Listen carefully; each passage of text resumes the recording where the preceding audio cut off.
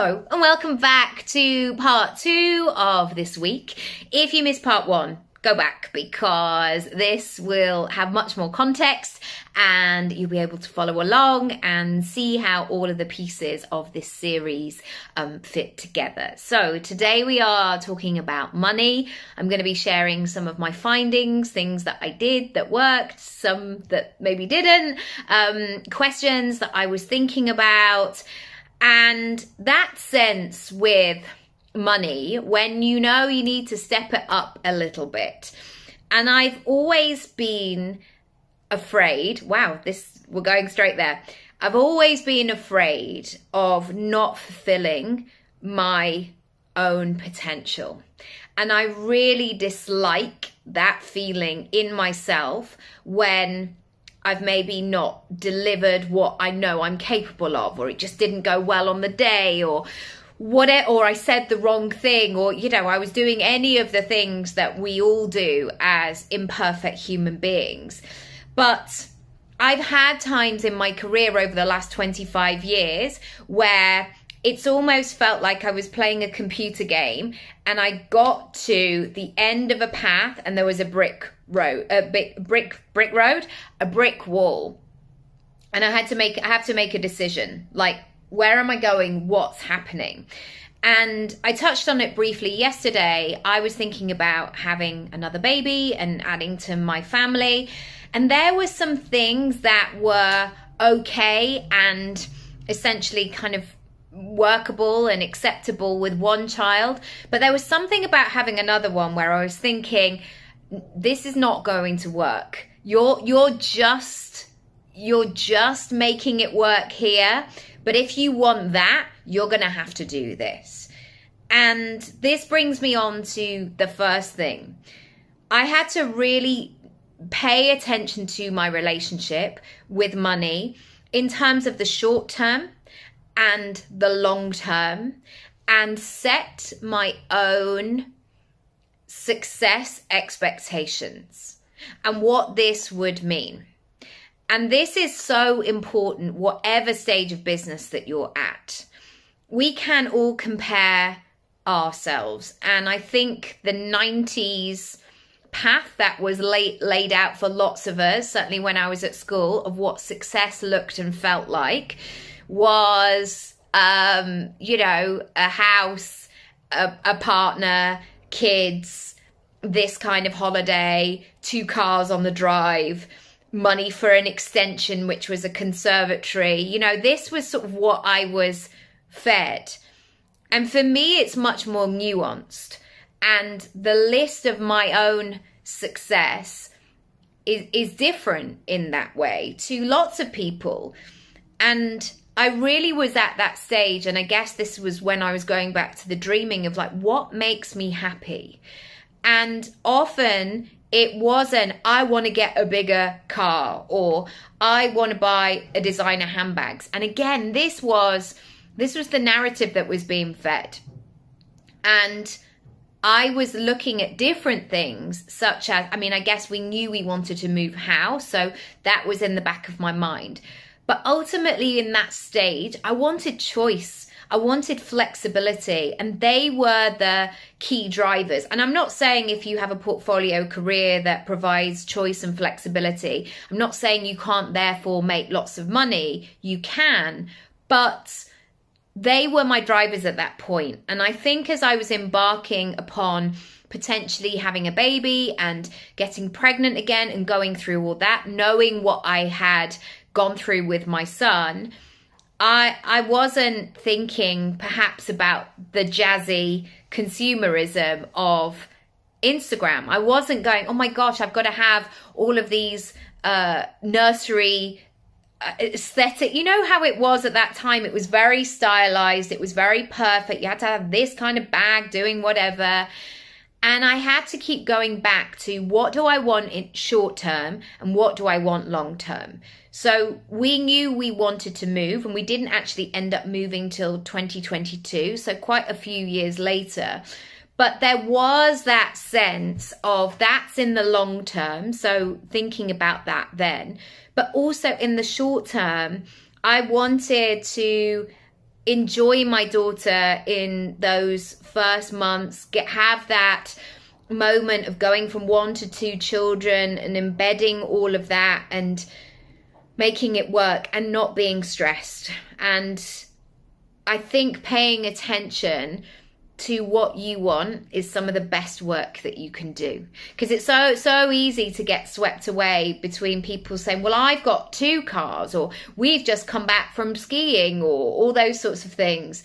And you can easily go into comparisonitis of like, but I haven't taken my kid to Disney World. Am I failing? Have I done something wrong here? And you have to go back to what works for you.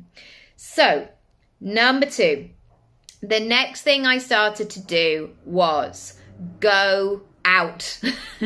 Go out to events. I sometimes took my son, but actually for me, it was better if I got to have the opportunity to not take my son. Mainly because I really struggled to do all of the things, to pay attention to his needs, to be in the conversation, to finish a sentence, to do all of that.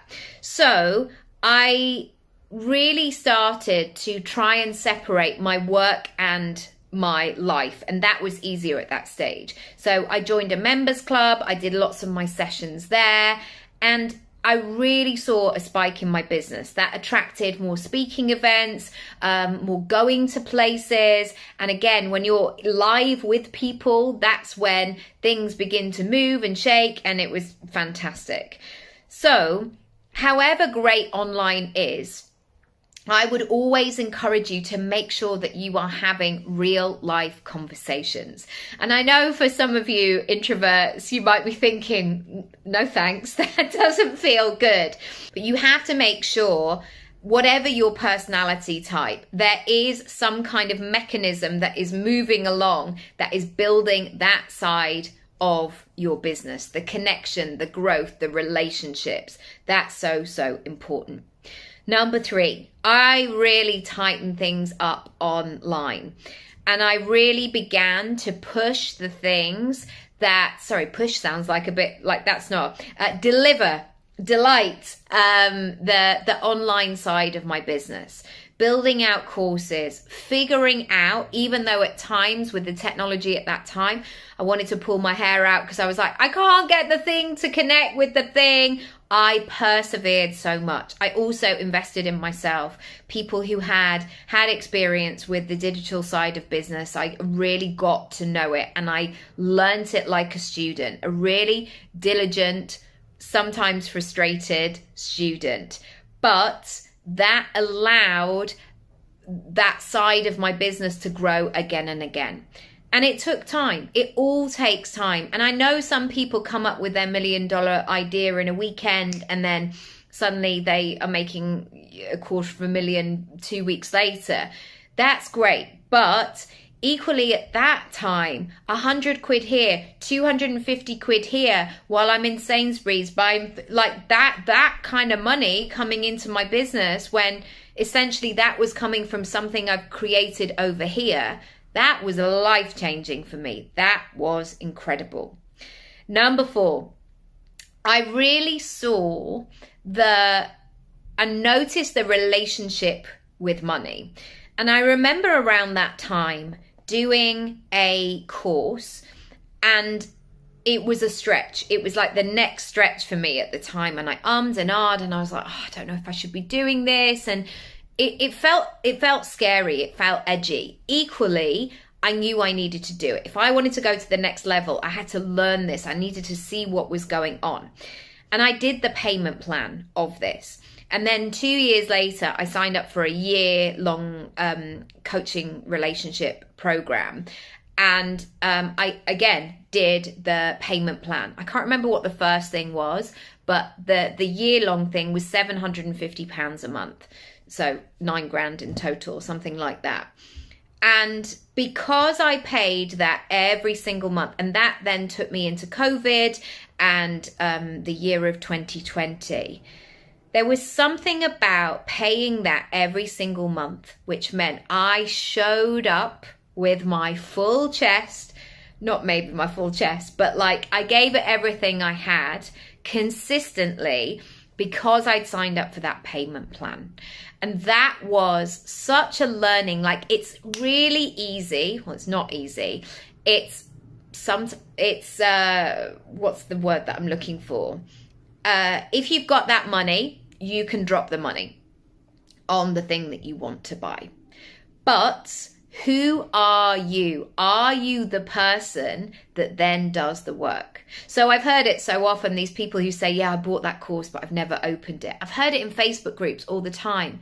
And I just think, wow, to have money that you're not valuing or you're not doing the work. And of course, there's other things that go on sometimes. I'm always curious about what that looks and feels like. And I've known that doing a payment plan for me has helped me to keep going back. Go back. Okay, you're here again. You're doing the work. You're doing the thing. So equally, it's easy to pay for a gym membership for a year all in one go. But are you going to go? Are you going to go 3 months later, 6 months later, 7? What's happening on month 9? What's going on? Whereas there's something energetically about paying every single month that keeps you in the game.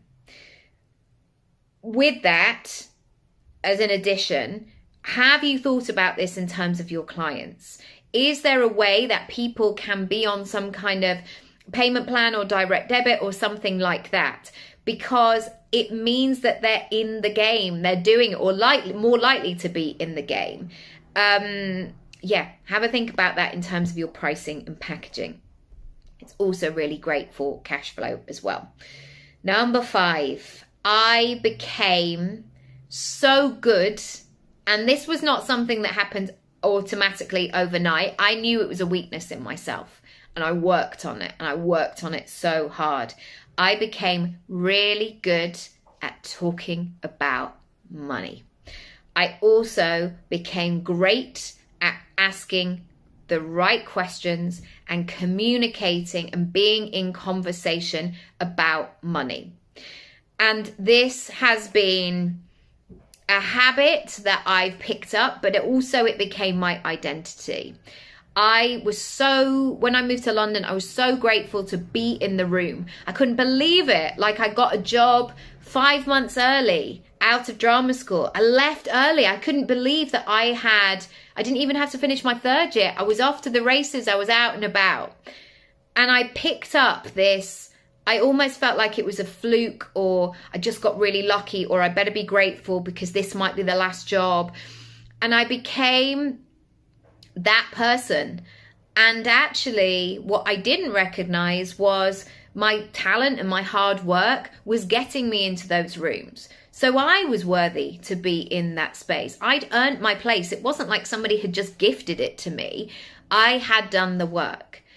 And over the years, I noticed that I had been skirting around this conversation of money. And I also noticed that people were getting paid more than me. And there were a couple of instances where I just thought, hang on a minute, this doesn't feel good anymore. Something needs to change. I also then had a few positive things where I had some really positive money stories. And I had to come to the conclusion, well, if that can happen once, it can happen again and again. And there was so much money work around that time. There was a great book that I read. I'm going to write it because I want to write it in the show notes as well, just as I'm talking to you. I read Jen Sincero's You're a Badass at Making Money. And that book, it shook me. It nudged me. It gave me the pep talk that I needed it. And it was one of those life-changing books where I had to look hard at myself and go, what's going on here? Because again, you can blame other things or other people or the market or whatever, but I was the common denominator. And at this point, this is when I really started taking responsibility for what was going on. Come back for part 3 tomorrow. If you want to find out more about money stuff, go to the description below. There are loads of resources to get stuck into.